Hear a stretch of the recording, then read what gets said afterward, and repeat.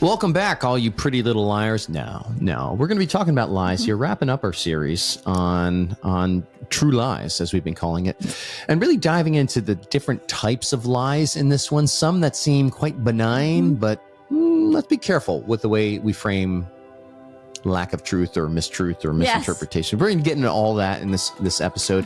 What I like about it is it just helps me to show up with a little bit more compassion for myself and for people around me when we start to run into these pretty little lies. Yeah. So join us inside. Cool. See you there.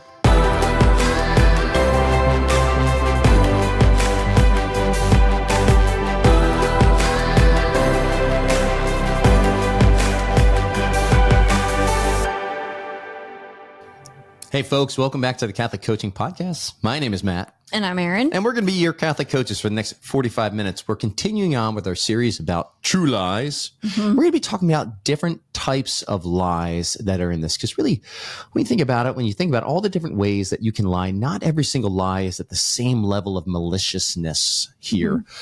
But really, the ones that are the most insidious are the ones that we kind of believe them, and that we have no idea how they're actually impacting our prayer life, our relationships, our mindsets, the way that we approach the world. They seem very subtle, and that's the enemy's number one tactic, to be deceptive, right? That's his playbook, lie, and get us to believe lies here.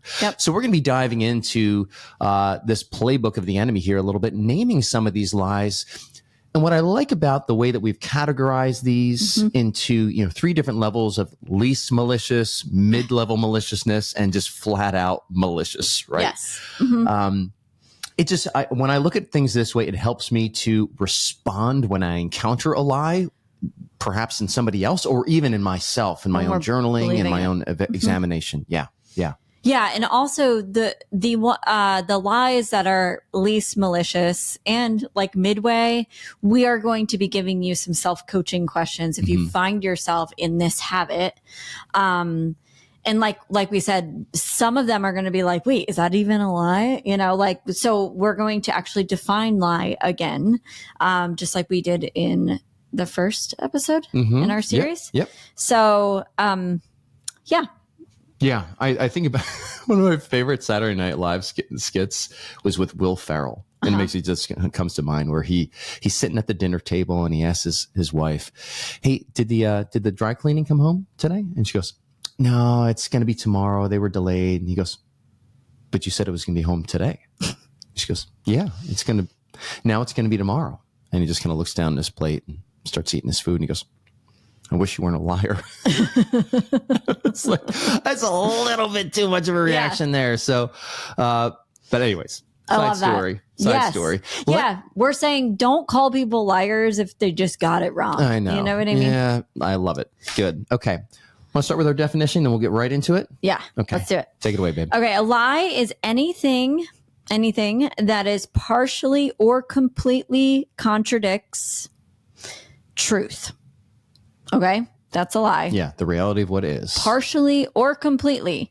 And truth is the reality. I love there's this saying, when you fight with reality, you only lose, but it's only 100% of the time. You lose, but only 100% of the time. Yeah. And we do that too. When we believe lies, we are actually fighting reality in that sense. Yeah. As mindset coaches, this is really what we're helping our clients to identify, right? The enemy has sown weeds amongst the wheat, right? In our minds and our thinking. And we can just accept things as truth without ever even challenging them. And so even as a mindset coach, one of the things that we really do is we just help the person to just push back a little bit on these things, challenge them, bring them up to the light of truth. Our Lord has a way of just shining the light on these lies and inviting us, right, to experience more of his truth. Yeah. That's one of my favorite drills actually and it's like kind of like we train our coaches to become like a prosecuting lawyer, like as if this lie is on the stand or this suspect thought is on the stand, like just coming at it and challenging it from all different angles in a very compassionate way. Yes. But you don't, like, compassion does not equal being ignorant. Yeah. Right. Yeah. We don't make accommodations for lies. We say, okay, let's not. Yes. All right. So let's get into it. The types of lies. We're going to start with the least malicious, almost I like, what's the neutrally, is it ambivalent? Is that the word? I don't know. No, I don't think that's the right word. They're just like they're neutral. There's still something that's a little bit off with these things. Some of them I look at them, and even as I was reading through your notes and everything, I was just like, is that a lie? Yeah, like we get into white lies and things like that. We'll talk a little bit more about these things, but let's jump right into it. Okay, so we're going to start with our category of the least malicious lies. We're going to talk about some different types that could fall into this area. Okay. Yeah. What do we got first, Erin? First one is error. So and I would say that this is probably the most common tactic of the enemy. So the enemy's a really great liar, like 99.9% truth. And then that, 0.1%, or is it 1%? 1%. Thank you. I'm not very good at math or finding words. Apparently I'm like using the wrong words. Anyway, it was an error. It's okay. Finding. Yes. But so anyway, very small percentage of a lie. He's very good at it. But okay. In error, it's sometimes when we just people believe that they are telling the truth to another person, but it ends up being a lie, like the Will Ferrell skit. Like, wish you weren't a liar, right? Well, it's just even. Are we talking ignorance with this? Like, you just don't know? It's more of that partially untrue, like that it contradicts truth partially. Okay. Right. So it's like, it can often occur when someone is told something from another person. So if we like equated this into spiritual warfare, like the enemy told you this. Yeah. Who told you were naked? Right. Exactly. Yes. But that's the lie. And the one person doesn't realize it. And then they tell another person. So it seems really, gosh, what is the word? Benevolent. I wouldn't even say benevolent, no, but benevolent. like neutral. Benign. Thank you. It seems very small, but it's still perpetuating some lack of truth. Yeah. Which could be destructive in the end, right? Just changing that direction a little bit can really ultimately lead somebody down a certain path. Yeah. So these thought errors are consequences really of ignorance. And one of the things that is our responsibility is to steward our intellect, right? Yes. When we talk about somebody forming their conscience, that means that we have a responsibility to seek out truth, right?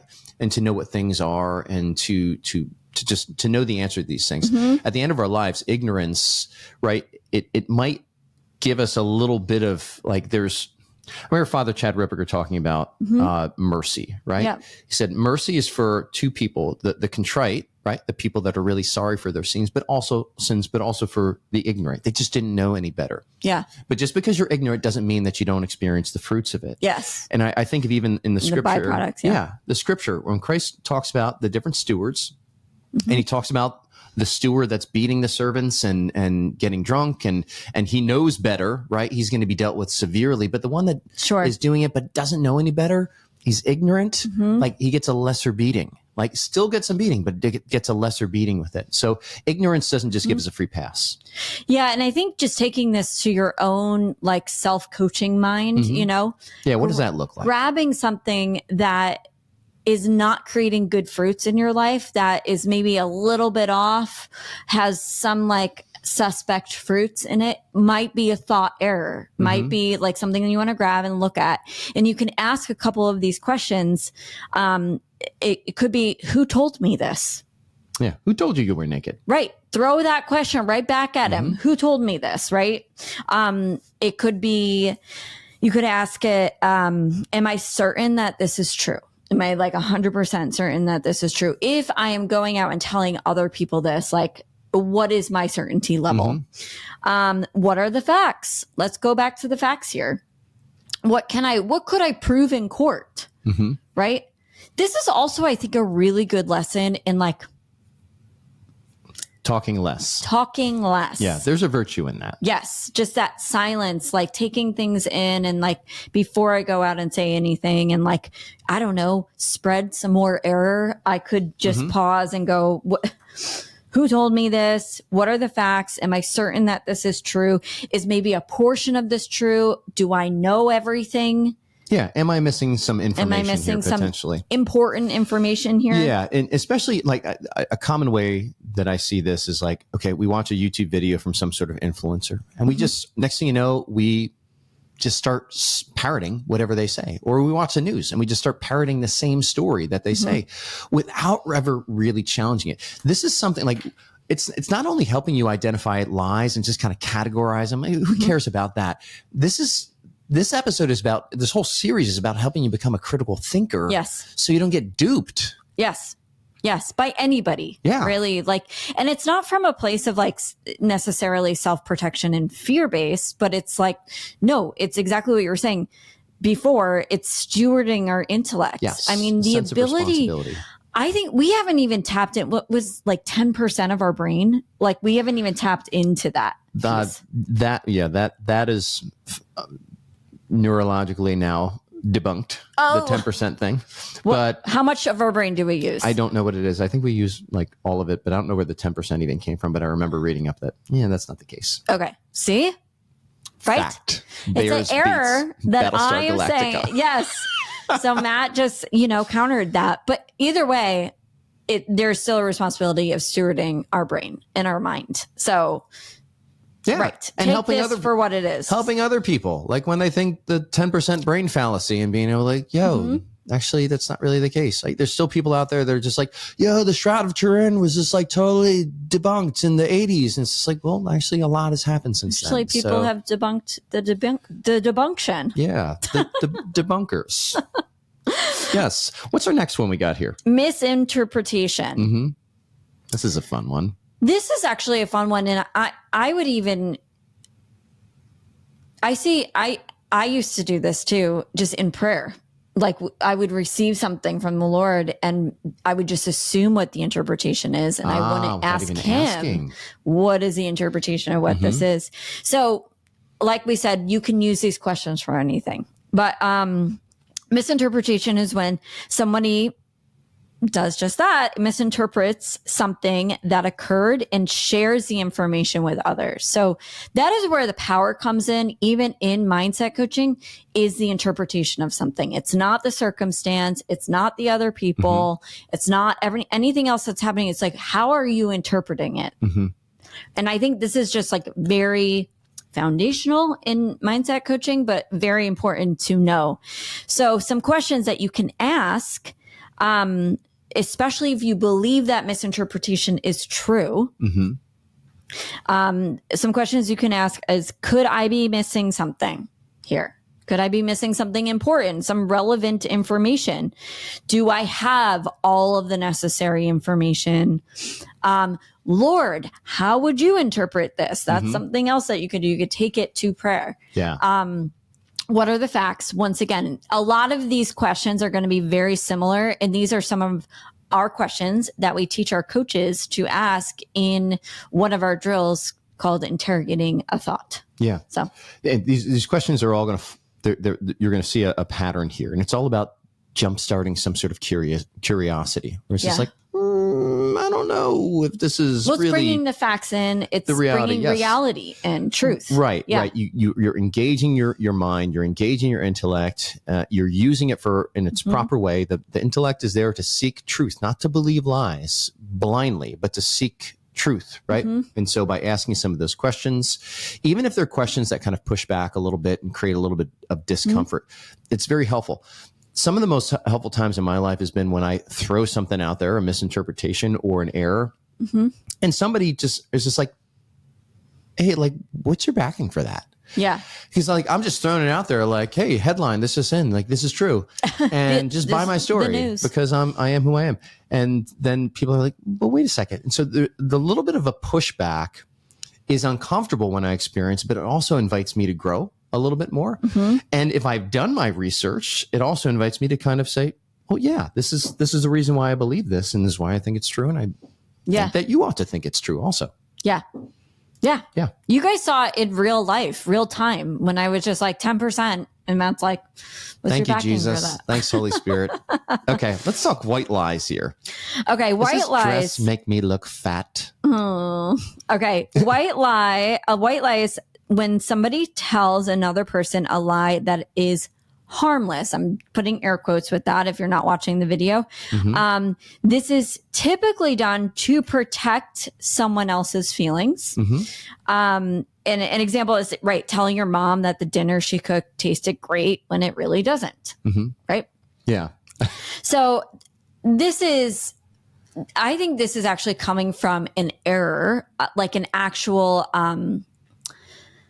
I want to say a cognitive distortion because I can't name it right now. Maybe it is. Maybe it's a cognitive distortion where you are operating under the premise that you can actually protect people's feelings. So, okay. So can I push back a little bit? Yes. All right. So next time I don't like a dinner that you cook. Yes. Do you want me to tell you that I didn't like the dinner that you cooked? If I ask, which I don't, okay.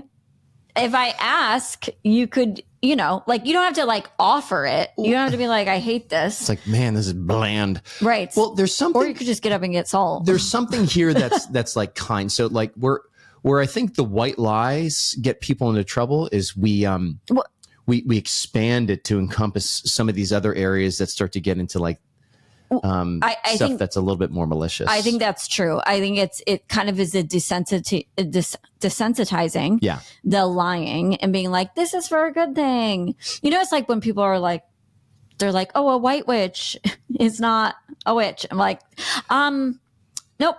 They're using witchcraft. So. But like, I think defining our terms, like for example, when my daughter shows me a drawing that she worked on, and it's like, this is a picture of mommy. Isn't that beautiful? And I'm just like, this part of me, it's just like, I don't know if I want to, but like say, of course, yes, it's beautiful.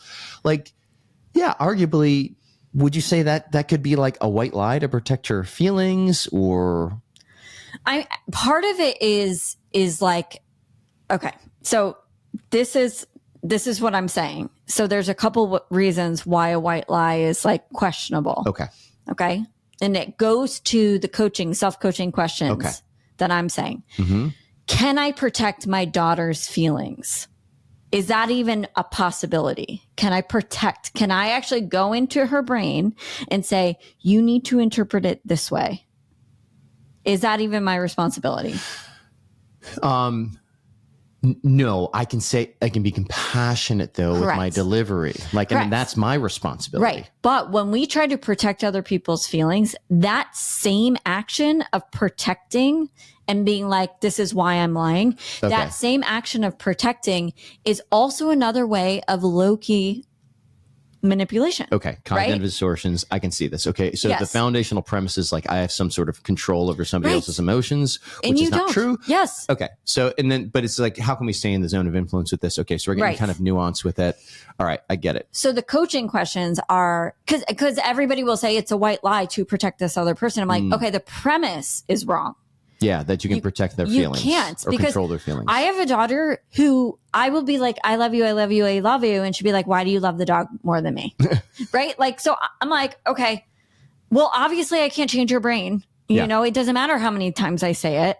So I can like go about it in a lot of different ways. I can try to, but I could also pray for her. I can be like, hey, whatever this is, like, Lord, remove it. I don't know what's. We're not going to choose that thought anymore. Right. Yep. And now, if she comes up and she goes, I don't know if she's ever said, isn't this beautiful? But like, she'd be like, how do you like this? And I could be like, you worked so hard on it. It's gorgeous because it's a fruit of your hard work, like that. And that not is a white lie. I get it. Okay. We've spent enough time on this. Thank you for going down my rabbit hole with it. Okay. Yes. What's next?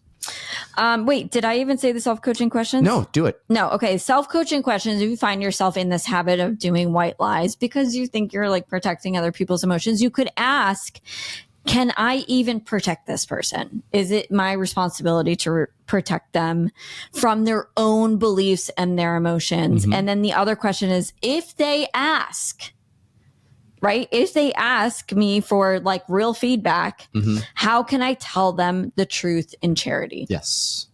What can I focus on? That is good, from it. So, Yep. And then they can choose what they want going forward. Yeah. Cool. Thank you. All right. Minimization. Yes. Let's talk minimization. Yes, this is when an event or an action occurs. One will often lie and minimize the effects as to not scare the person they're telling. Okay. Like, for example, saying something was an accident or that you weren't hurt much when you were, right? So there's just kind of this minimization. It could be a self rejection. It could be oh, they didn't say that about you, or when they did, or whatever. But it's like, it's another form of like protecting the other and being like, don't be afraid. It's like, yes, even like a little redirect here. Right. I think it's the classic story with my family where my dad bought his first car. And this used car salesman, is kind of closing him and everything like that. And my dad is about to sign the deal. And he goes, hey, can I ask you a question? And I was like, yeah, let's do this. He goes, do you think I'm getting a good deal? And the guy looks back at him. He goes, do you think you're getting a good deal? He goes, yeah. He goes, well, then you got a good deal. Let's go. Let's sign this. Maybe not perfect. I was going to say, it's a funny story. Yes. Though. Yeah. Typically used car salesman. Yeah. It is actually based off of a cognitive distortion here, minimization. Another way that you can pick up on minimization is where, I'll example for coaching. Somebody will be like, I only got 3 people to show up. Only, like, just those words of like, it's just this, or I only this. And it's like, we don't even need that word. It's like, we could just remove that word and just tell the facts. Right. Yep. So a way to counter minimization is like the other ones where it's just like, what are the facts here? Like, what are the actual facts? Why are like even, and you could base it off of the last one that we just did. You can use some of those questions where it's like, am I trying to protect this person? Can I even protect them? Like, is it even a possibility? Is it my responsibility to protect them? So I went through this on Facebook Marketplace when I was selling our used bounce house. Didn't have any holes in it, but it had quite a few thousand bounces on it. And it wasn't really holding much air in it. Like it could barely fully inflate. And so I sold it for like $100, and the lady came and like picked it up. And when I was just like, this is what I wrote in the thing. It's pretty bounced out.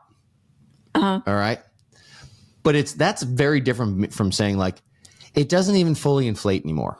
Yes. Yeah. So like a not fully inflating bounce house isn't a bounce house anymore. Right. It's just, it's just like it's useless at that point. And so before she left, I was just like, yeah, you can just have it. Like, I'm not charged. I can't like, it's bounced out, but it's like bounced out. Like you can maybe do a little bit, but like if you got a 51-pound kid, you might be what is your 51-pound kid doing on there? Yeah, well, isn't there a max? Well, yeah, it's like 250 pounds. Oh, okay. Don't you read the instructions on the side of your bounce house? Never. Okay. Minimization. That's an example. And once again, we're saying like, how do we even lie to ourselves? Like, this is not a finger pointing, podcast at all. Like, we are not like pointing our fingers at anybody being like, you shouldn't be doing this. But like we said, these are kind of like the least malicious, probably the most benign, the most neutral, but it's still not fully telling the truth. Okay. Yep. I love this one. Exaggeration. So this is also based off of a cognitive distortion, but it's called maximization. So it's like minimization and maximization. And you see this, you see minimization and maximization a lot in politics, a lot in like let's take away from this over here and like focus on this over here. You also see a lot of exaggeration or maximization with just Donald Trump speaking, the way he speaks, very much in hyperbole. But it's in advertising, right? It's certainly in newspapers. We want to catch people's attention, right? If we just stuck with the facts, there would be nobody would sell any newspapers. I don't think anybody does sell newspapers anymore, but I mean, it's just like, so we know that there's like, how do we captivate a mind that has so many different distractions Yes. in front of it, right? Just Yes. being aware of that. Okay. Yeah, but the definition of exaggeration is when somebody exaggerates. It's usually based on some truth, but it's like a building up of that truth, really to make the information or the story better or more outrageous, or like it ends up kind of being a little bit ridiculous, though. This happens in coaching a lot. What do you mean? Well, just in the same way that a newspaper is trying to sell a story, often our clients are trying to sell the same story as Yes. well. And so they're trying to invite somebody into the Sell world their to just like, they're selling a narrative, right? And they're doing it with like a desire to connect, but at the same time, if it's not grounded in truth, it's not an area of connection. It's going to be an area of divorce and disconnect. And so this is where the coach, the greatest gift that they can provide is just holding the space for that objective kind of evaluation of things and just being like, okay, like less big words and just like give me the hard facts and all of these things. And then we'll move forward from there. Yeah. A really great tool to use here is notice if you're using any universal or exaggerating language. Always, never. The most, a lot, everyone, nobody, like that is exaggerating language, hyperbole, right? Yeah. Like, but I always think of Donald Trump whenever I see this one. Well, at the end of the day, just be like Mayor Goldie Wilson, right? Yes. Honesty, decency, integrity. Yeah. All you Back to the Future fans out there. Okay. Yes. Yes. So are we good on the low level maliciousness? Yeah. Let's go. Let's go mid level. Okay. So what do we got now? Now we're moving on to the things where it's just like, this is a problem. Right? When this is entering into your life, there's definitely a problem. This is definitely a near occasion of sin or a flat out sin, something that you're bringing to the confessional. Denial. That's the first one. So what's a denial, Erin? I mean, this is also can be a little bit more benign too. Okay. Really, the measuring stick that we're using to actually see if this is malicious or not is the level of culpability, is the level of I am choosing to be untruthful to somebody else. Okay. So got it. Right. All right. So we're not quite in the bold-faced lie. Like I did not have sexual relations with that woman. Yeah. Okay. Right. Mm-hmm. But we're okay. So tell me a little bit more. Denial occurs when somebody tells another or themselves that they don't know the truth. This is often done to protect another person or oneself from hurt or keep oneself out of a situation that they don't want to be involved in. Okay. So they're like, I don't know. Okay. So it's like protecting their own emotions at this point? Yeah. Or just totally. like discomfort or something convenient about it? Yes. Okay. I think I would say most of the time it is protecting your own emotional capacity. Okay. I'd say that's usually that's why it's like a part of grief too, because grief is hard. It's one of the steps of grief. All right. So now we're talking about like a living in denial a little bit more versus because a bold-faced lie can come in the form of a denial. Yeah. Right. We're like, that didn't happen. Like I'm denying that happened when it actually did happen. Right. This is it's a little bit more under the radar. But it's still a lie, technically speaking, because it's not looking at the whole truth. Okay. Or it's rejecting the whole truth in a sense. Yeah. And for like, we can see people that say, for example, to accept the truth that you did something, egregious, right? That can be a very emotionally burdensome. So I even started, I remember watching one of those true crime shows where this guy who murdered a woman,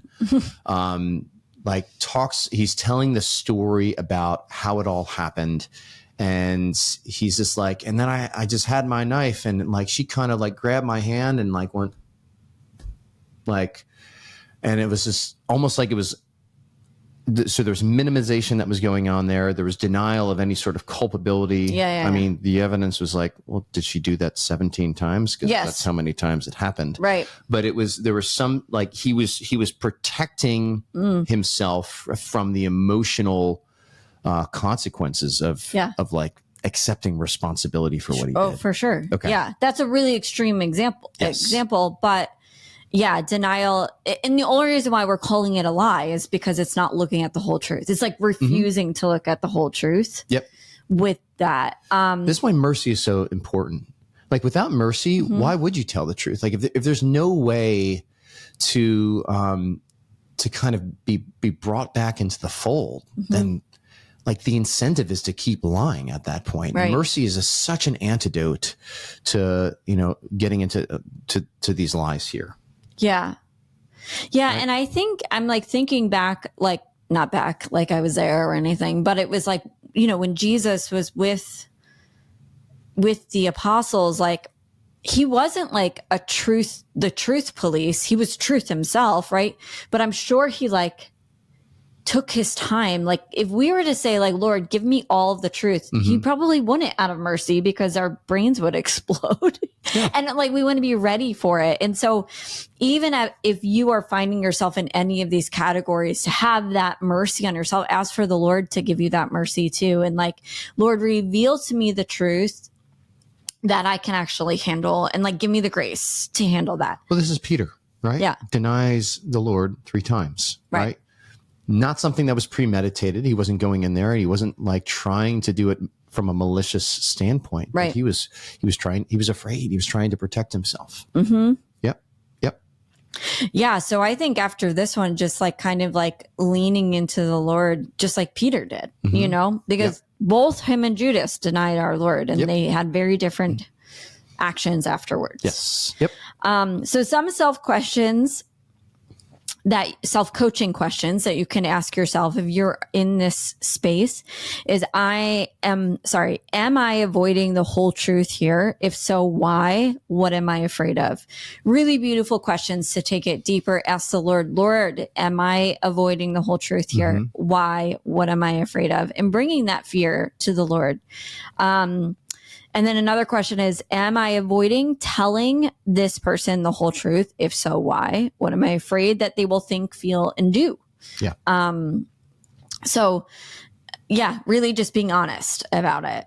That's that honesty piece, a little bit deeper into honesty. Yeah. This other one here is that I see this showing up again in advertising and politics. Like when you get into these things, they're lies of influence. This is where we're exaggerating the truth in order to start to like puff ourselves up and make ourselves look better than we are. Right. And so whenever I'm like reading, say, some sort of, presenter or coach, because I get hit with all those ads and they're just like, I have impacted like hundreds of thousands of people. You hear resume statements. Yeah. Where it's like, okay, so let's define impact, because like, does impact mean that you had 100,000 impressions on your Facebook post, right? Maybe like that it could be that, or have you had 100,000 one-on-one conversations with people? Like those are 2 different levels of like impact that's taking place there. Or I've had 10,000 hours as a coach or something like that. Well, is that 10,000 hours like actually coaching people, or are you marketing, or like you doing other things that coach? Like, so like what is like those are some examples. Yeah. I mean, this is why people hire PR firms, like lies of influence. They're like literally, I'm not saying that's, but like all you PR firms are a bunch of liars. Well, they are wish you weren't a liar. Bending or emphasizing certain things and kind of like moving away from other things. This is a lie of influence, right? Yeah. Yep. So, some self-coaching questions. If you find yourself if you guys go back and listen to our most recent podcasts in this series, the last one we just did, we talked about resume statements. If you find yourself giving resume statements to people being like this and this and this about me, and I have these many hours, you could ask yourself a couple of these questions, take it to prayer. But am I withholding anything or bending anything, like maximizing anything to look better? Am I doing that? And why? Why am I doing that? Why do I feel like there's a lack in my life? Why do I feel like I need that? Or what am I protecting? Because you might be like omitting something that you might be trying to protect. So bring that all to prayer. So that is one of the coaching questions. If you find yourself in that lie of influence. Well, this, and you already said omitting here, and this is the third one that we have for this tier, and that's omission. Yes. Right. Just leaving out something intentionally. Right. That's an important detail. Right. Right. Wait, what did the enemy say to Eve in the garden? Who told you this? No, he said, you will not die. Well, that was a bold-faced lie. But God's really the lie behind it was that God is not a good father. He's trying to withhold something from you. It's also a lie of omission, right? Because he didn't. And in some cases, in some cases, it was partially true, right? Because they didn't flat out just drop dead right there, but they did suffer a spiritual death at that point. Yeah. Right. So didn't really give all the Carfax there, which is another kind of example here. Like Carfax is that website where you can go to and you can see if there's any used car that's being sold, you can see all of the history of that car, any auto accidents, things like that. And so you can avoid buying a lemon. But so it guards against, the used car salesman. Here they are again, coming in and not giving you the full story. This also makes me think of one of the techniques that we teach our coaches, but it's define the terms, right? Like we've said that a couple of times with this, like, well, define your terms, you know, like, what do you mean by die? I will not die. You know, I kind of wish Eve asked that. What do you mean by that? Anyway, okay. Lies of omission. This is when you leave something out, where it's a partial truth, right? It's not the full truth. But also leaving out crucial and pertinent information. So I don't know, an example would be.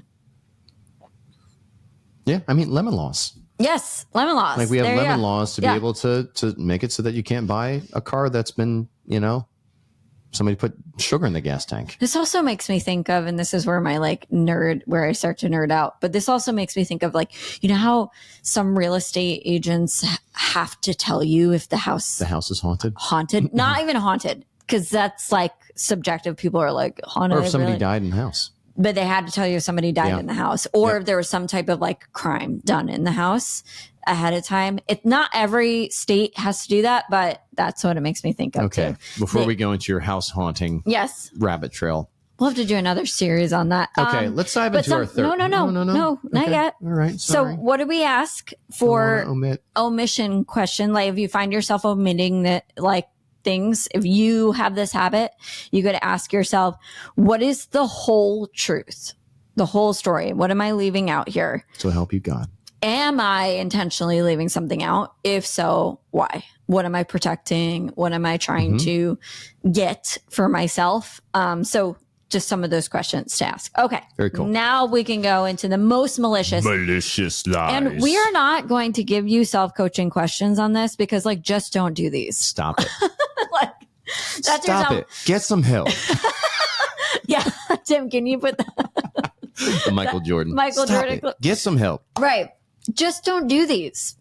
Just don't do it. And if you find yourself doing it, if you're in this habit of doing it, here's my suggestion. Go to confession and you could actually apply a lot of these self-coaching journal, questions that you could ask yourself, Lord, why am I continuing to do this? Why am I even in this habit?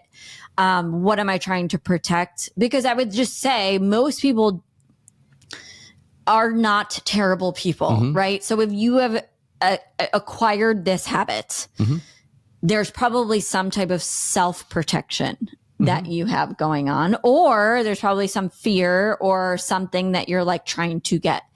And we can bring all of that stuff to the Lord. So there's good news here. Yeah. So I think we all, Aquinas here, we always choose what we perceive to be in keeping with our greatest good. And malice still does exist. Yes. Right. And so there is choosing to do something maliciously. Yes. Right. To with an evil intention that's here. So I don't want to just completely write that off. But I think we can give people the benefit of the doubt and knowing that, mercy is something that we all need. And it's part of the restoration of the person that may be struggling with some of these malicious lies here. So first one we got is falsification. Yes. Right? This is straight up information is falsifying information, or is when you're actually attempting to get more attention. You're leaving stuff out of a story intentionally. You're intentionally hurting somebody. Yeah.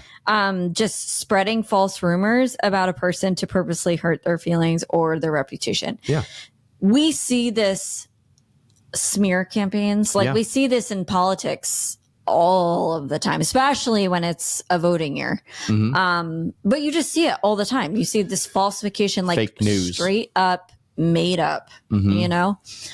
Or it's like taking like a small little clip and then being like expanding on it, like, oh, and this is this person's intention, and this is this, and then they start calling names. So that's falsification. Yeah, spreading those false rumors about that. But unfortunately, like I said, PR firms, like I don't know who is behind doing that for like politics. Maybe PR firms. I don't know enough about that, but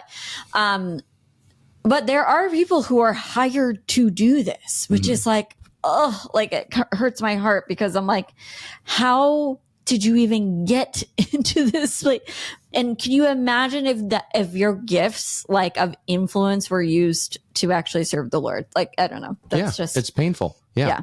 Next we have bold-faced lies. I mean, this is where you just tell somebody straight up and you just know it's a lie and you just. Yes. It's like when you catch a little kid and you're like, did you eat that chocolate bar? And they have it everywhere on them, like just all over their face, and like even maybe the wrappers in their hand, and they just go no. And you're like, literally, you are looking at me in the face on fire, and you are just saying no, which it's really obvious that it's happening right here. So yep.